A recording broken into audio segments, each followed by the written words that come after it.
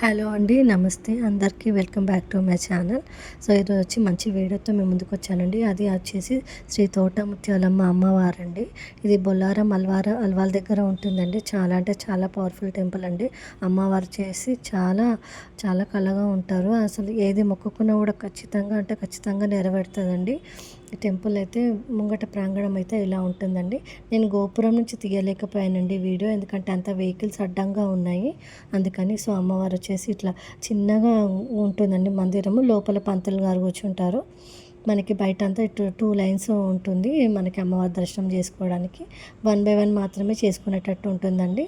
ఇది వచ్చి మనకి గద్దె అండి. చుట్టూ అమ్మవార్లతోని టెంపుల్ అయితే చాలా ప్లెజెంట్గా ఉంటుందండి. అసలు మనకి ఏమీ గుర్తుకు రావండి, ఏ టెన్షన్లు గుర్తుకు రావండి. మనం అక్కడికి వెళ్ళి కూర్చున్నామంటే మనం ఏది మనస్ఫూర్తిగా కోరుకున్నా కూడా అండి అమ్మవారు అయితే ఖచ్చితంగా తీరుస్తారు. మనకి ఇక్కడ సండే వచ్చిందంటే చాలా ఫంక్షన్స్ కూడా అవుతాయండి. ఇక్కడ మనకి మన తెలంగాణ స్టైల్లో ఇక్కడ కోళ్ళు మేకలు మొక్కుకుంటారండి. అలాగే అమ్మవారికి ఒడిబియ్యం కూడా పోసుకుంటారు సండే వచ్చిందంటే. అలా వాళ్ళు మొక్కుకున్న దాన్ని బట్టి వాళ్ళ మొక్కులు తీర్చుకోనికి వస్తుంటారు. పక్కన పెద్ద గ్రౌండ్ లాగా ఉంటుందండి. ఆ గ్రౌండ్లో వెళ్ళి దావత్లు చేసుకుంటారు, చుట్టాలను పిలుచుకుంటారు. అలా పెద్దగా ఉంటుందండి. అది ముందే మనం బుక్ చేసుకోవాల్సి వస్తుందండి. దానికోసం ప్రత్యేకంగా అమౌంట్ కూడా ఉంటుంది. అది నాకు అంత ఐడియా లేదు. అమ్మవారు వచ్చేసి ఇదండి.